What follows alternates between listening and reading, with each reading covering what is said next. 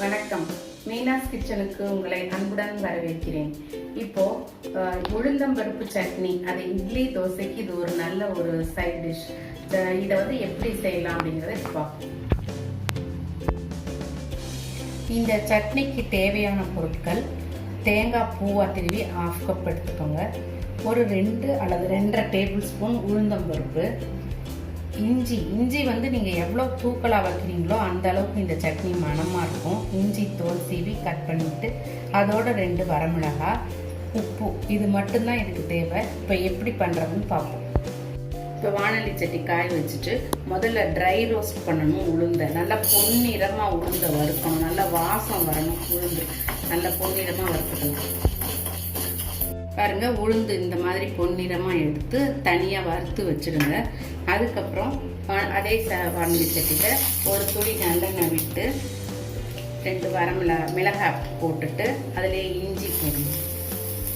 உங்களுக்கு காரம் எவ்வளோ தேவையோ அந்த அளவுக்கு காரம் போடணும். அடுத்த பிறகு இது நல்லா வதங்கின பிறகு இதில் தேங்காய் போடணும்.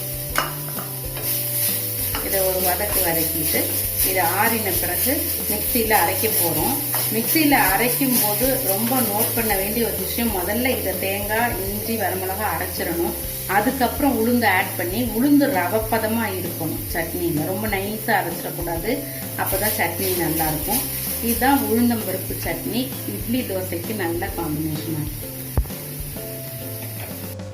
ரொம்ப நம்பர் ஆஃப் இன்க்ரீடியன்ஸ் ரொம்ப குறைவாக உள்ள இந்த சட்னியை கால நேர அவசரத்துக்கு இட்லி தோசை இது வார்க்கும்போது இது செய்து சாப்பிட்டீங்கன்னா ரொம்ப மணமாக ருசியாக இருக்கும். இஞ்சி நீங்கள் தூக்கலாக வச்சிங்கன்னா சட்னி நல்ல மணமாக இருக்கும். இதை தாளிக்க வேண்டிய அவசியம் இல்லை. இந்த சட்னியை செய்து சாப்பிட்டு பாருங்கள்.